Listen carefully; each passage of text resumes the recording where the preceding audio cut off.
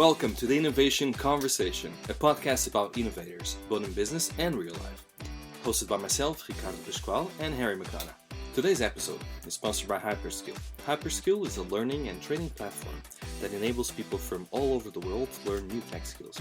If you're looking to learn new tech skills, this is a platform to choose. You can find out more about them on hyperskill.org. Hi, and welcome to the Innovation Conversation, which is hosted by myself and Ricardo. And today, we're creating a captivating episode of the Innovation Conversation where we sit down with Ewan Moran, the founder and CEO of Barback, which is a pioneering platform dedicated to transforming the hospitality industry. Now we're going to go over to the most important question, which is, Ewan, would you like to introduce yourself and how and why you came up with Barback and your journey today? Yeah, of course. So I'm Ewan, and I'm the one crazy enough to think that I can start a bit of revolution in hospitality. It started off when I was at University in Exeter. I thought, being autistic, I'll go work in a bar and I'll learn how to communicate and how to talk to people. As I said, I talk a bit too much now, so I'd say mission accomplished on that end. But within 3 months of my first job in a bar, I was the head bartender, the bar trainer, the bar manager. I was everything because I'm the only guy left. I felt like a North Korean general having all these titles on, but really it's just you. Meant to have a team of 16, went down to just one. Saying you're being overworked, almost every single day for weeks on end. You don't get these things called days off. That was an alien word in hospitality, and still is for many people. I mean, 96% of venues are still currently facing shortages. So it's a big, profound problem. It's been happening for the last half a century at least. So I saw this working for people. I was passing out and I was throwing up because I'm being overworked too much. That's not a Gen Z saying I was working too much. I mean, I genuinely was. I was collapsing on shift. So I thought, okay, how do we solve the problem? And I saw a lot of competitors, when I call them that, out there, who would charge to hire somebody for either freelance or full-time job, and they'd charge 30% commission, 20% tax on top of that. Mm-hmm. So to hire someone for minimum wage, say £10 an hour, you're paying over £15 just to be able to hire somebody. You can't afford to pay that wage, so you pay other people smaller. You try and cut corners here and there, try and create a smaller team which aren't motivated because they're on a really basic wage. The worker can't survive on that wage, so everyone's missing out. No one's benefiting apart from the recruiter. Yep. And I thought that's not quite fair. This is actually contributing to the problem. It was perpetual. I can't afford to hire people. I can't afford to pay them. I have to keep on paying a premium rates here. So let's solve it. So I created what we now call a labour infrastructure platform. We do freelancing. We build people's careers up. We give them full-time jobs as well. And we offer a really good benefits package that benefits both workers and ultimately venues as well in the long term. Just creating that one-stop shop for everything workers and employees need to be able to get along and not just survive, but also to thrive in an industry that's been traditionally overlooked and underserved and overworked. No, that's very cool. I think one of the key elements of this is you cut back on the middleman, but the middleman was getting the biggest profit of the whole interaction, but actually he wasn't putting in any work, right? Exactly. They weren't actually really. So one company, a competitor, I don't know if I can name competitors on here or not. Mm-hmm. But so you can name they gave to workers. Mm-hmm. Well, so there was one. Maybe if I had a beer, I'd probably be name dropping left, right, and centre. So if we do a second podcast, maybe that would happen. But so the metrics that we're using for workers was attitude, productivity, and absences. And these are very big brother metrics. It's very, how does a manager view you and not, like as a manager, I could not like someone, but still say they worked really fast, or their cocktails are really great, or the whole team loved them, they're good at teamwork. But I would like them to see how them to serve customers. So it wasn't about, do you like this person or not? It was about, okay, where did they excel? Where didn't they excel? Which, even if I'm going to work, I've still got a scar from burning myself using the coffee machine. But I make a really neat margarita. So basically, put me in the bar and not on coffee. And that would be, I think every worker should be able to demonstrate where their strengths are, where their weaknesses are, so that then employers then know where to put them. That might be a radical idea, but Mm-hmm. I think it's common sense, which I do believe is in short supply nowadays. No, it is. And I But haven't got common sense either, by the way. But common sense 100% is in short supply. But you actually touch on something that is interesting. If we take Gordon Ramsay, for example, a figure we all kind of love and know, he didn't perform that well in his first job. Actually, the whole Gordon Ramsay started when they were filming a documentary on, I think, Marco Pierre, who he worked with. I probably got his name wrong. None of my age. And they were filming a documentary, and he decided to organize a mutiny and leave midway through service, right? And that doesn't go on showing actually he was a bad worker. Quite on the contrary, he was a very good worker. He just didn't find the working environment he would prosper in. And it's the same thing in a lot of hospitality jobs, right? You might fit in, I don't know, a Scottish bar where everyone wears kilts, or you might not fit in. So you need to find the ideal gig. But that does not mean you're not a good worker. It just means you haven't found the right place to work in, right? So this was. I was just going to ask you a question. So, by having this type of metric and removing the recruitment out of it, or the recruiters and their fees, what sort of differences and what sort of stories can you tell us about people who completely changed their life? I'm sure you have tons of really stories. But yes, so I was known. The actual bar that I began managing properly called Peak Moon. I was kind of known at university as a Peaky Blinder bar manager, because I sort of a bit of a Birmingham accent. So I have a Peaky Blinder cap. I had my braces, my waistcoat, my trousers. I look like a Peaky Blinder, and that was the idea. It was, okay, how can I bring some kind of personality and some shabam to this venue? It's a really new venue, only just opened like 2 months prior to me joining. And so that was the idea. So people that came up to me at university, knowing who I was, asking where can I get a job. So I was doing this manually for years. I looked them up and down. And, okay, well, you're 6'4", you play rugby. There's an Irish sports bar down the road. Let's put you in there and see how that works out. And so I was doing this manually for a while because, as you say, I wouldn't do well in a wine bar because I just. When a wine bottle says you have notes of roses and chocolate and vanilla and cinnamon and goat cheese and cement and strip of paint, I don't get those notes. With whiskey, I do. But put me in a Latin American cocktail bar where it's about making really good cocktails and a floral shirt and dancing to Latin music. That's where I really like. And so again, how about you have an app here that shows it's not just what your skills are, but how good those skills are in certain places of work. Because some people prefer to be in a sports bar with sports fans and sports going on, pulling pints. Some prefer to be at a French wine bar where they're going through the taste of certain wines and what that feels like, how to pair it up with types of food. So that was it. It's social matchmaking, not just professional matchmaking. And that was a big point for us when we started out. But that doesn't make you a 30% commission. That's something that requires putting money down just because you care about the industry, not about making profit. So there was that kind of, okay, we're going to spend more money doing this, and in the end, it's going to benefit the industry, but we're not going to maximize profit to the extent other people do. Yeah, I think that's the key element. For example, I'm not a big sports person. I know Harry is a great footballer. I'm horrible at it. So if you put me in a sports bar talking about football, I'm gonna have the most miserable face as if my team is losing every single day, right? I do like the whole bar environment, but not in a sports bar. But maybe if you put me in a foodie place, I'll love it. Oh yeah, exotic food. Yeah, we put this, this fancy ingredient from somewhere, so I'm gonna love it. But again, it doesn't mean I'll be a bad worker. It just means it's not a good fit, right? And I agree with you 100%. I think Harry agrees as well, right? Yeah. You need to reward people definitely. for where their passions lie. Yeah. I think, Ewan, are we quite interested to find out about your early days? What kind of brought you into this? Because from previous conversations, there was quite an interesting backstory to yourself about, was it building nuclear power stations at a very young age? It'd be quite interesting to elaborate on that. And I can see the smile on your face.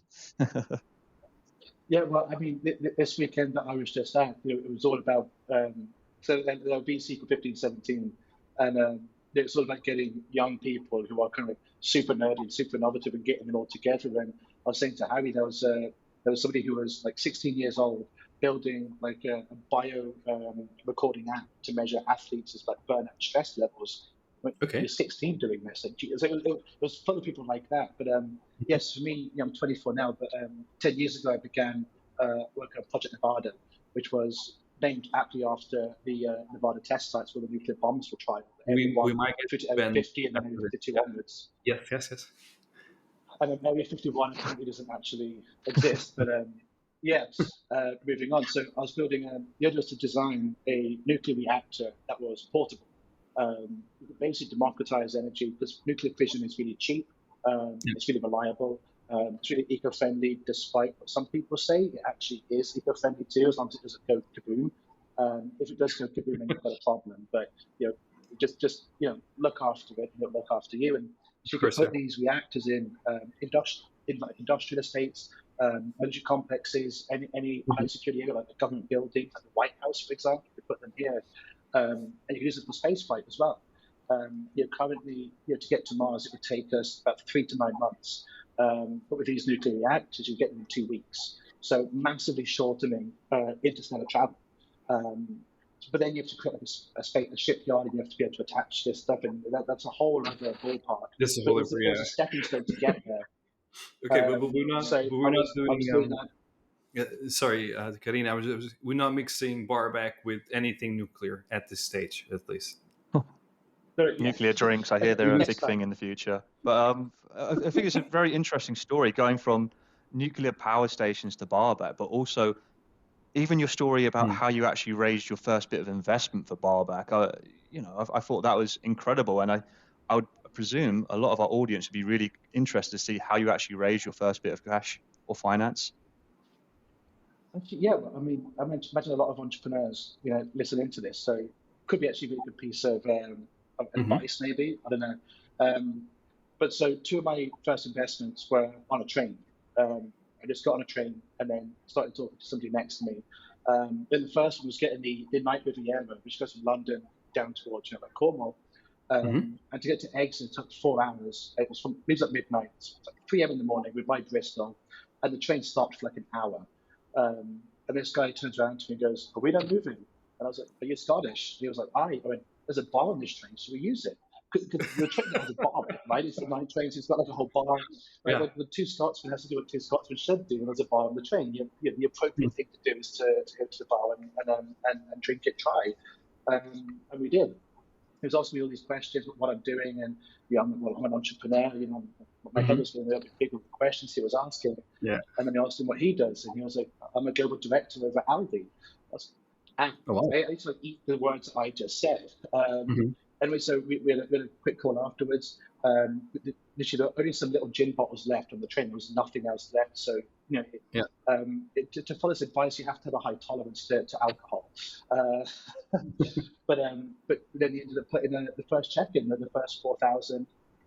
First one we never raised, and that helped us get like a prototype out there. The second one, again, was on a train. I was in a conversation. This guy thought I was talking to him, so I sat down and I said, "Oh, you thought I was talking to you, didn't you?" We started talking. Again, I had a 4-pack in my bag, so it was a theme. And I offered him a can, and we just started talking, met up for a couple of drinks, a spot to eat, and then he put in 40,000. Wow! And so 2 of my 3 first investments. I've had 5 investments now, got a few more on the way. Actually, a guy texted me before the podcast. I've not opened it.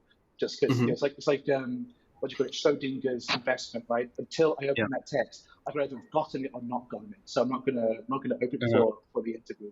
But 2 out of 5 as of now were from people on the train, and I think it comes down to the drinking element aside is give everyone 5 minutes of your time, because you have no idea who you're talking to. You have no idea who's around you. Give everyone 5 minutes, you never know. It's a good approach. Who bought the first round? I think that's everyone's curious, because that's a good tip for entrepreneurs. Who buys the first round? Well, I gave to Adrian, the last guy, account, so I guess to me, but he did kind of cover the first couple of bottles of wine when we actually met up. On the train, Adam was he put the first round. So, I mean, I was a little bit hesitant because, disposable income is in short supply when you're trying to make your own business, especially during the pandemic as well. Yes, exactly. So, he got the first round. So yeah, I got, So yeah, it was it was a awesome really good. couple of experiences. It was an excellent day for you because you managed to find a drinking buddy, you managed to find an investor, and he managed to get the first round in. So happy days all over. Well, yeah, no, exactly. But he got in on our first round too, right? So he's got a really healthy discount. Yeah. I was saying at the valuation we're currently raising at now, he's made a 20x on investment already. So it was worth paying for the first drink, I think. Yeah, 100%. Yeah, I agree. Yeah, I guess maybe going back to this the whole side of business things, because there is a lot of I know you work with Parliament. Do you want to tell us a bit more about how that works? Not as an MP, I'm assuming. I could be wrong.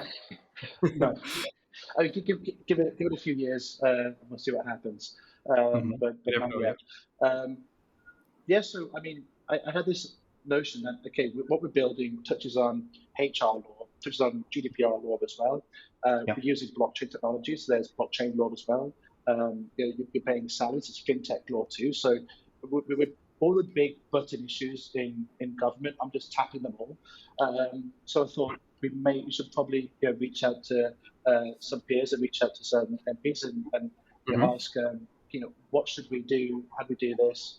Then I'm part of a couple of of groups there as well. So yeah, I mean it's a lot of people I think try to solve the regulation issues after they've built something, but the issue is you then built something. So if something's going to go through legislative branch, that could then impact your business. But if you're there at the beginning, you get to at least know what's going to happen.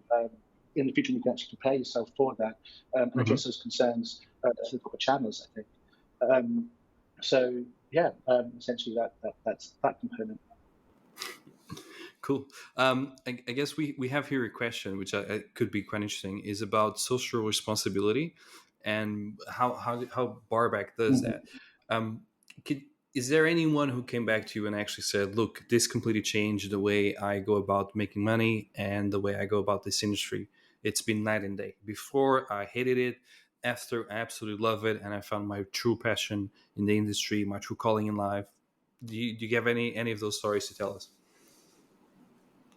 Yeah, I mean, so it was onboarding for our beta we currently have in motion at the moment. Hmm. I go to onboard some independents. Market research includes having to purchase either a drink or some food. So, it's not all, you're not just running around like a headless chicken. You do get 5 minutes alone with like a manager, for example. And it's a nice benefit to have in your industry. You have either over a pint that's over a meal. Um, and with independence, I tell them what I do. And I'd one day say, "Oh, he's going to sell you something," and the manager came along. So look, we do Hmm. staffing, but we don't charge commission, and that's the pretty cool thing about us. Yeah. And so then the eyes kind of go wild. Go, okay, so you're not trying to sell me really expensive stuff. The Hmm. moment you say that, it just the Opens up kind the of door. sales pitch turned on its head. Um, yeah, because when you first say, "Oh, I do recruiting," they think you're going to fleece them.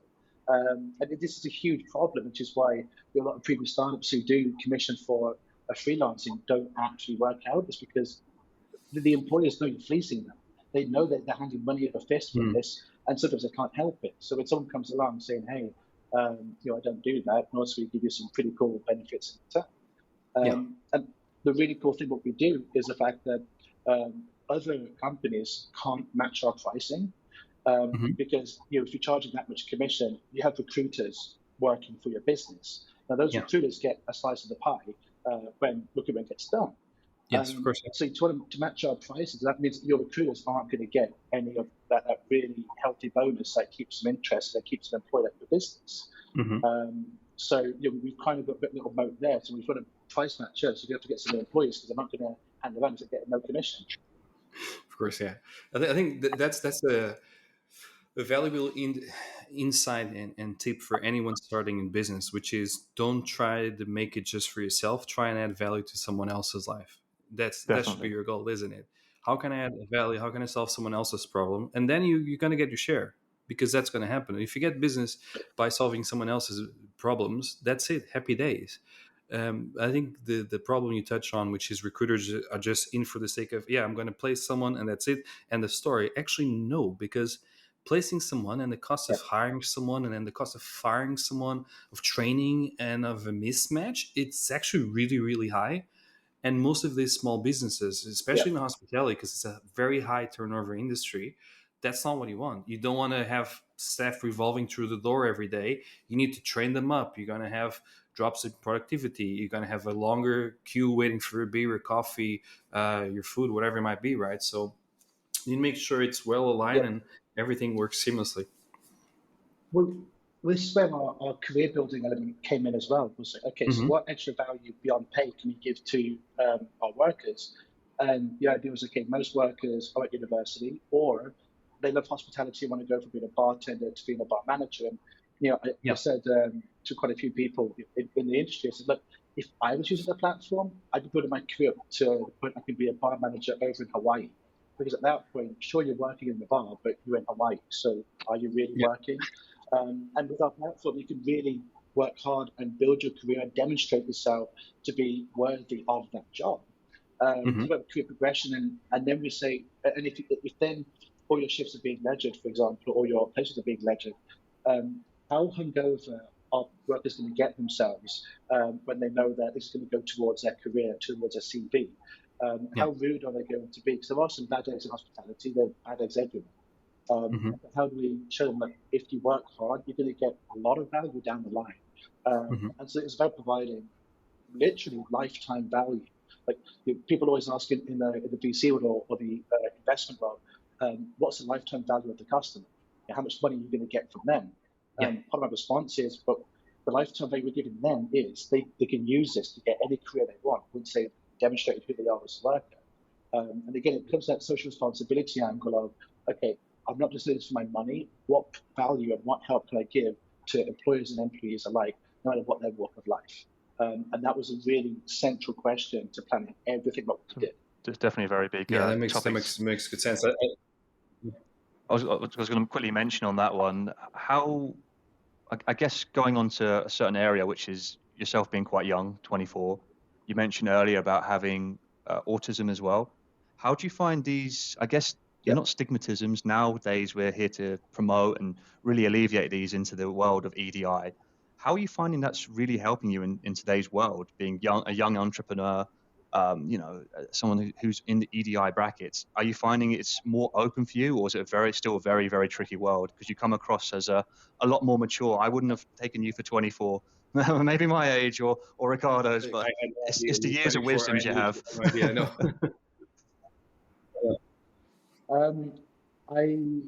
He normally, well, the questions asked so far, I'm nodding, and here I'm shaking.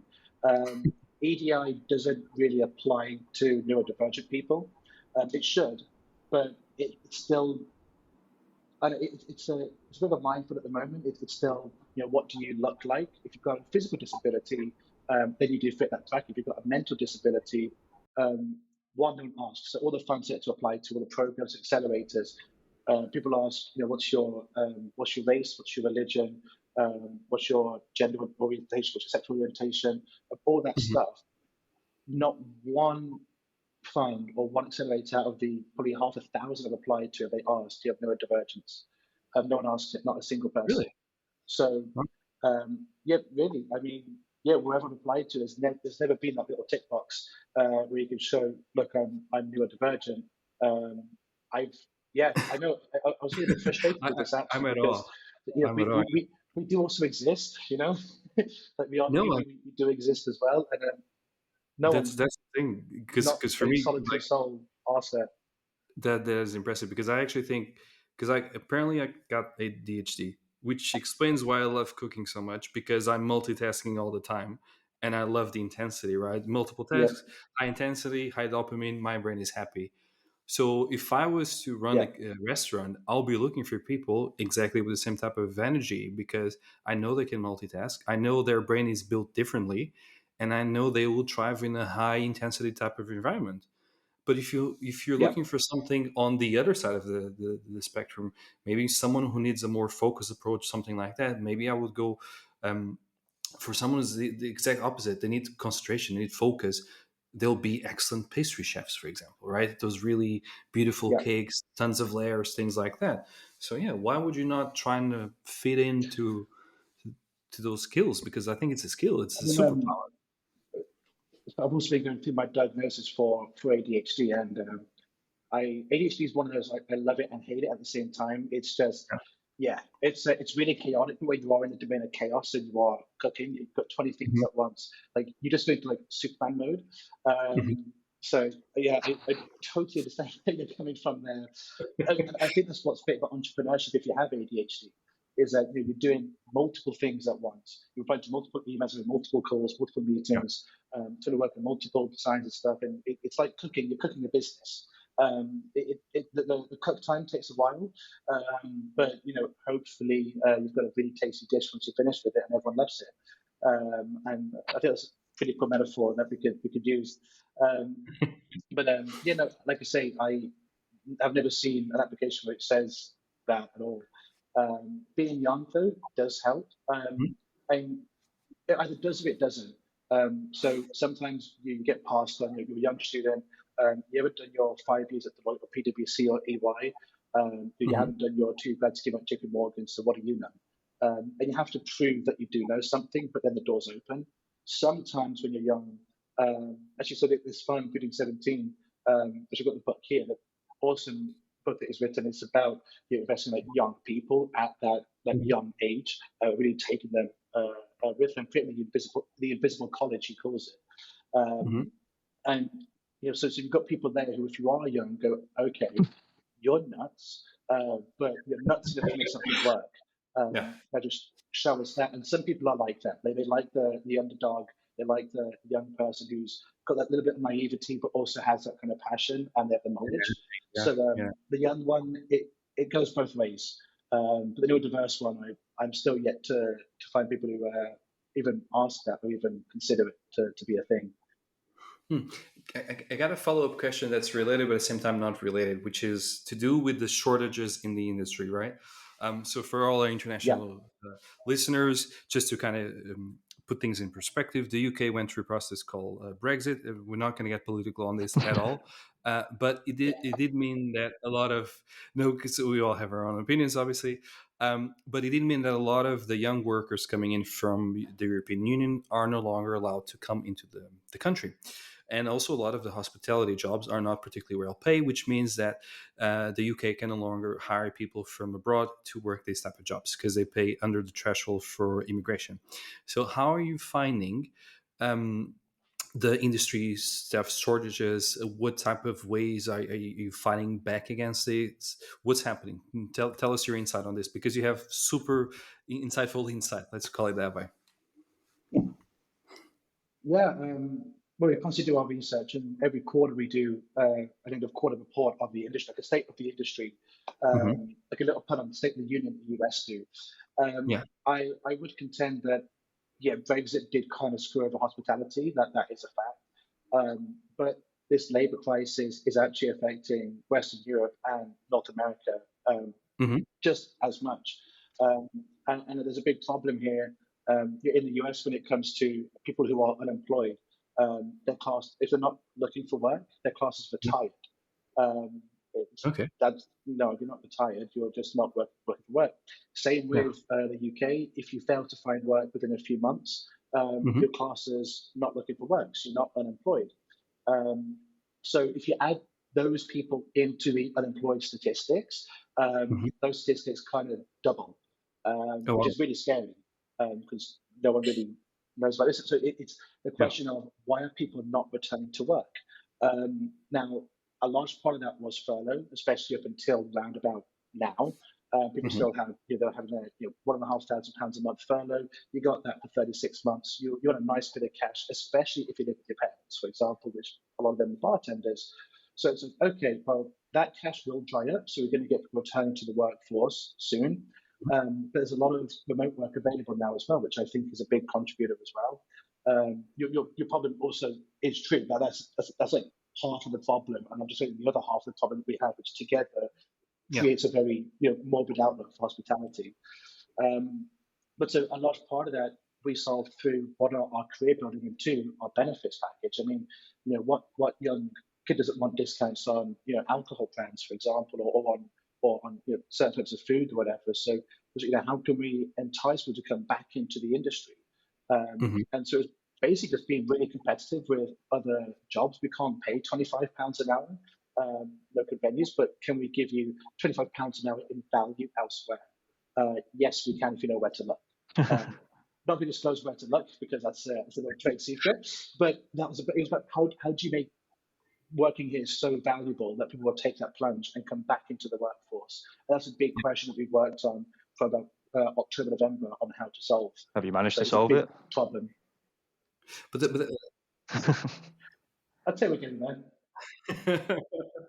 But that's the thing. People don't want to work for a place they don't like anymore. They want to work for a place that makes them feel, I'm going to say loved, even though that's very esoteric, but that I think that's kind of what we're looking for when we're finding a new job, isn't it? Where do we feel fulfilled as an individual instead of just, having something that pays the bills, right?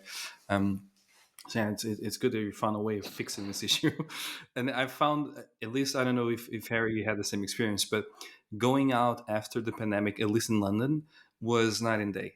Before, you can see people who were really passionate, and then afterwards, it was a complete mismatch. Basic mistakes were being made, and you really saw that people were struggling and they were trying their best, but there was a gap there between the the learning stage and actually performing. And yeah, it's a tough job. Hospitality it's one of the toughest jobs in the world.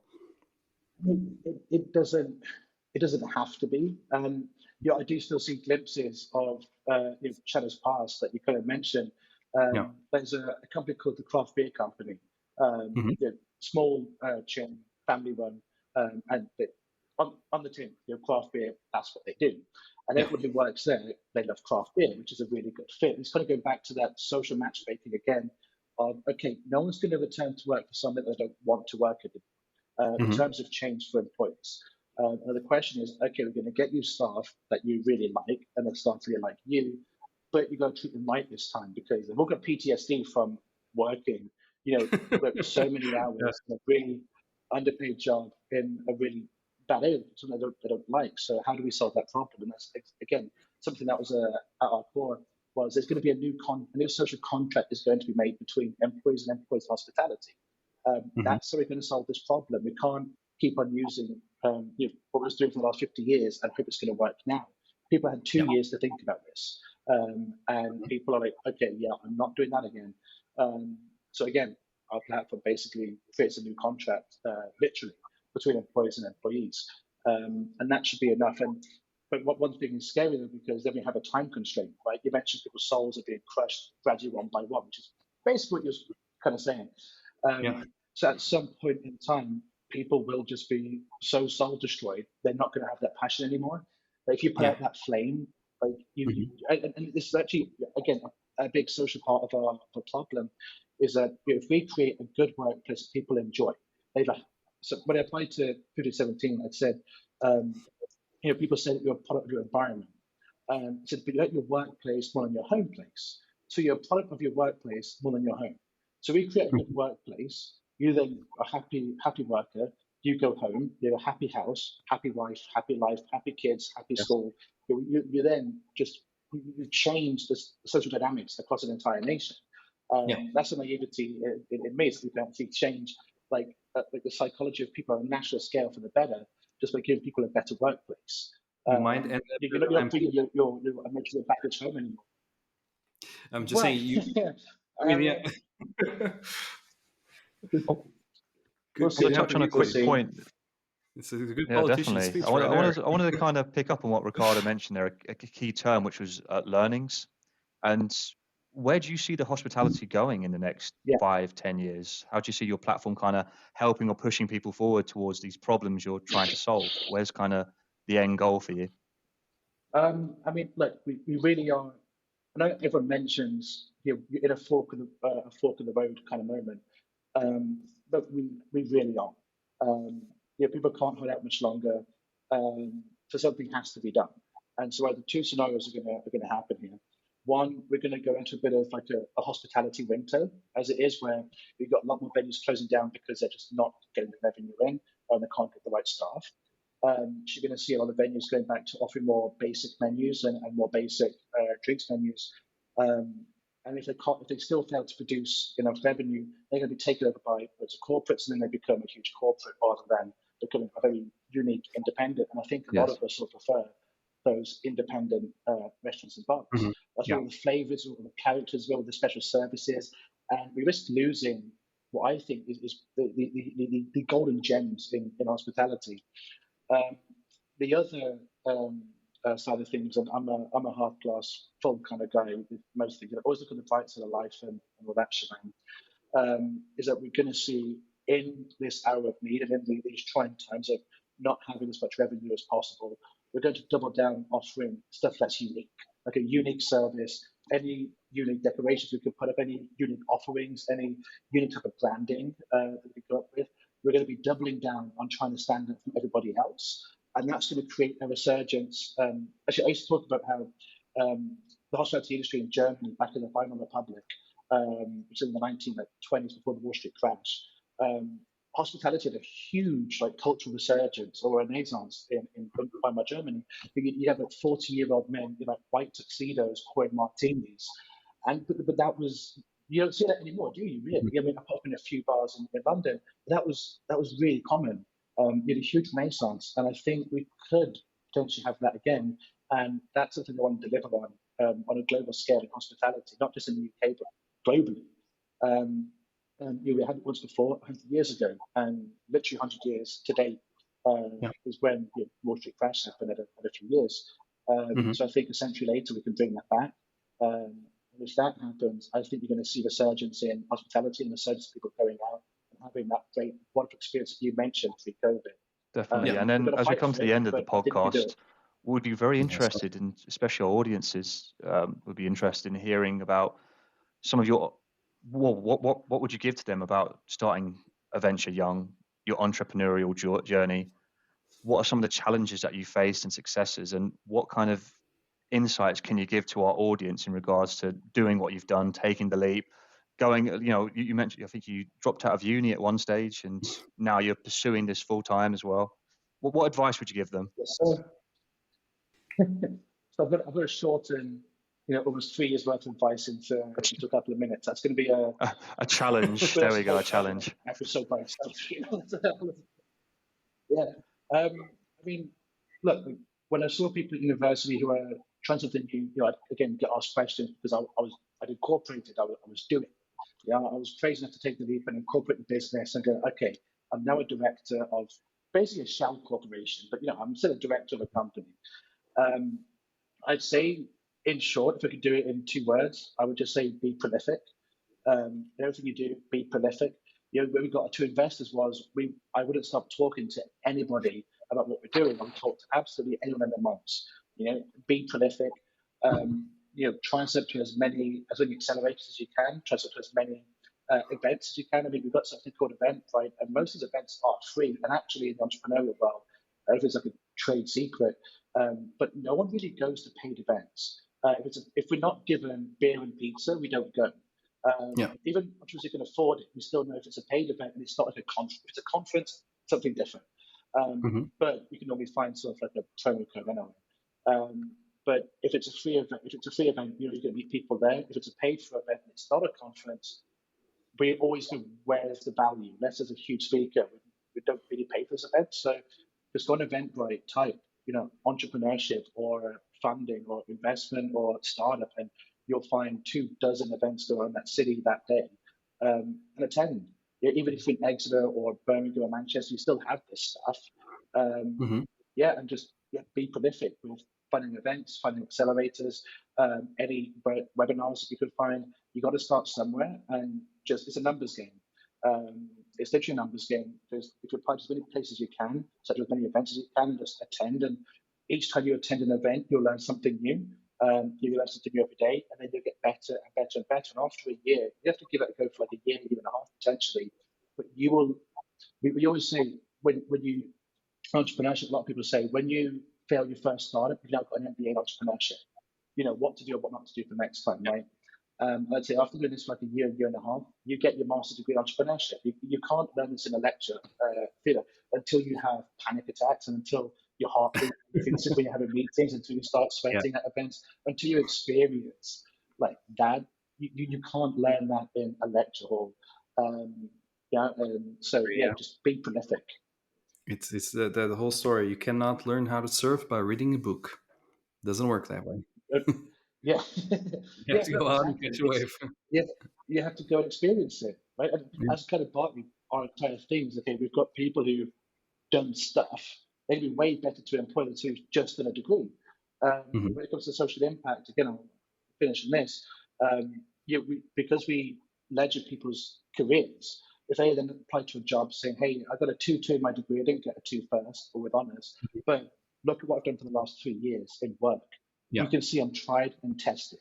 I've spoken to customers every single day of my life for the last, God knows how long. I've got these reviews from employees, colleagues. I've got all this stuff, as well as my degree, as opposed to applying saying, "Hey, daddy paid for my education and for my accommodation, so here's my degree. I've got a 2-1 because I have nothing else to do." And so we level the playing field for people who are fortunate enough to have to work. People who aren't fortunate enough, they have to do work to be able to make ends meet. We got their back, Jack. And so that's what we do on the social impact front as well.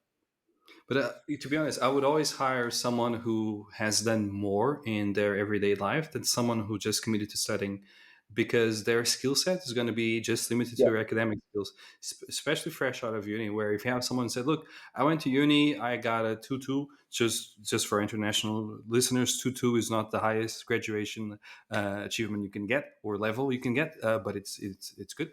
2-1 is the highest, right? If I'm not mistaken. 2-1 with Uh, honours is the highest. The one with honors is the highest one. So if you get average, people are like, well, you only got average. Are you not academically capable? But then if you look at, actually, I was working all the time. I was supporting myself. That's a lot of value right there. That shows a lot of character. Yeah. And a lot of companies actually need character. They don't need tons of academic achievement. They need someone with character, with passion, who's going to deliver. I'd say, especially as we're transitioning as a society from what do you know to what can you know. The domain of information now is becoming so large, you can't possibly learn everything about one field. But it's like, okay, if you need to learn about this, can you do it? I think, especially in hospitality, when you are on your feet, you are constantly able to think and address. If you do then your degree as well, you probably will be able to go, okay, I know how to do this. And again, just providing the infrastructure for this to happen. As you said, I mean, there's a bit of validation there. That's how you would work as well. I mean, I think you want to see someone's experience, otherwise untested. When it goes to a product, look for reviews, right? You want to see how this product is at people's hands. Why not with people? Sure, you want to see how people review other people and how they found them too. So, again, common sense. I don't have that, but I know how this should work. So, yeah. I think, as we're kind of finishing the end of our podcast, we always give our guests a moment to share their wisdom, not their wisdom, share their company, tell us where we can find them. So if you want to go ahead and plug as much stuff as you feel like you want to plug, please go ahead. So tell us your website, tell us how listeners can reach out to you, because we're going to have both the video and also the audio. So, they probably see our faces, hopefully, but also just so people listening. Oh, no. I think you're the one with the best background, to be honest. But how can people reach out to you, website, all those important things? So go ahead. Yes, just Google my name, Ewan Moran, and you'll get LinkedIn and Instagram come up, two best places to contact me. Telegram, my name is the Bartender with a Cause. Kind of sums up who I am. I'm literally a bartender with a cause. And then our website is barback.uk. Just.uk. We've got a new visual website coming out in a few weeks, which will be nice and sexy, and a lot of more UI and UX in it. But yeah, that's me. That's it. Lovely. Ewan, thank you very much for your time today. It's been lovely having you here and learning more about Barback and all the changes you're bringing into the workplace. Thank you. It's been an absolute pleasure.